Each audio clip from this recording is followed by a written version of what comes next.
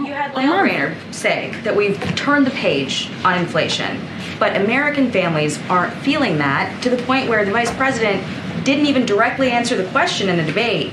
Do you believe that Americans feel they're better off than 4 years ago? Look, we have made progress in fighting inflation. I believe that the VP highlighted on how we are better off, on how off now, as well as her plans to build on that progress. That is something that she talked about. How are we going to build on that progress? And you know, I said this moments ago. We can't forget what this administration inherited: an economy that was in a tailspin. That's what we inherited. It was paralyzed because the former president did nothing. And it started with the American Rescue Plan. Again, no Republicans voted for it. They didn't want to vote for something that had money for local communities, local police enforcement to actually have the funding they needed to get more police officers. They didn't vote it. Why didn't just say yes to that question?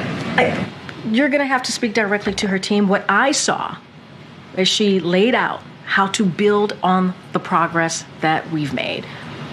That's what we saw. That's what she's talking about. That's what she talks about.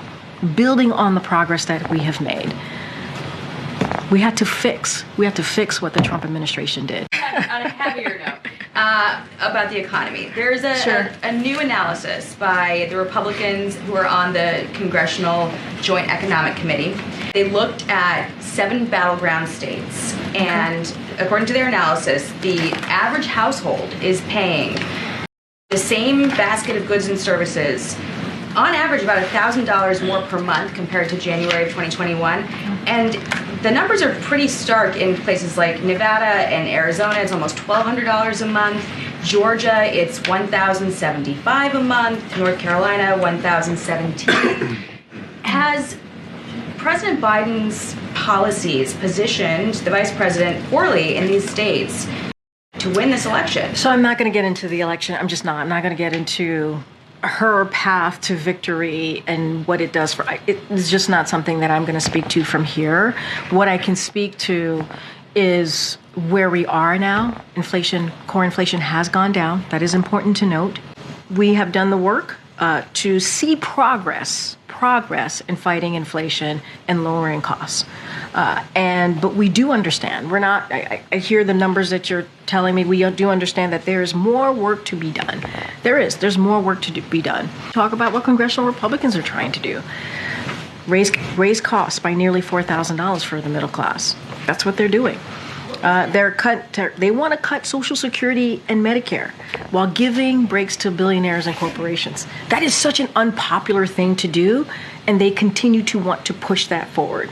They won't stop talking about it.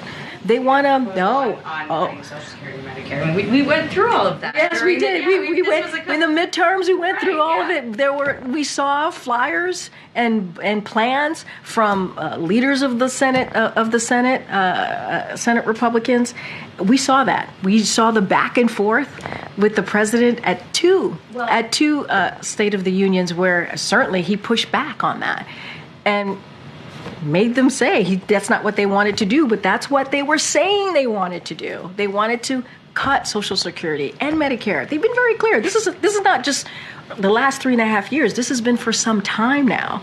And they want to get rid of the Inflation Reduction Act that none of them, by the way, voted for, that beats Big Pharma. They want to get rid of that. That's going to lower cost for Americans. We're talking about important drugs, cancer drugs, diabetes. We're talking about capping insulin at $35 a month for seniors that pay more than $400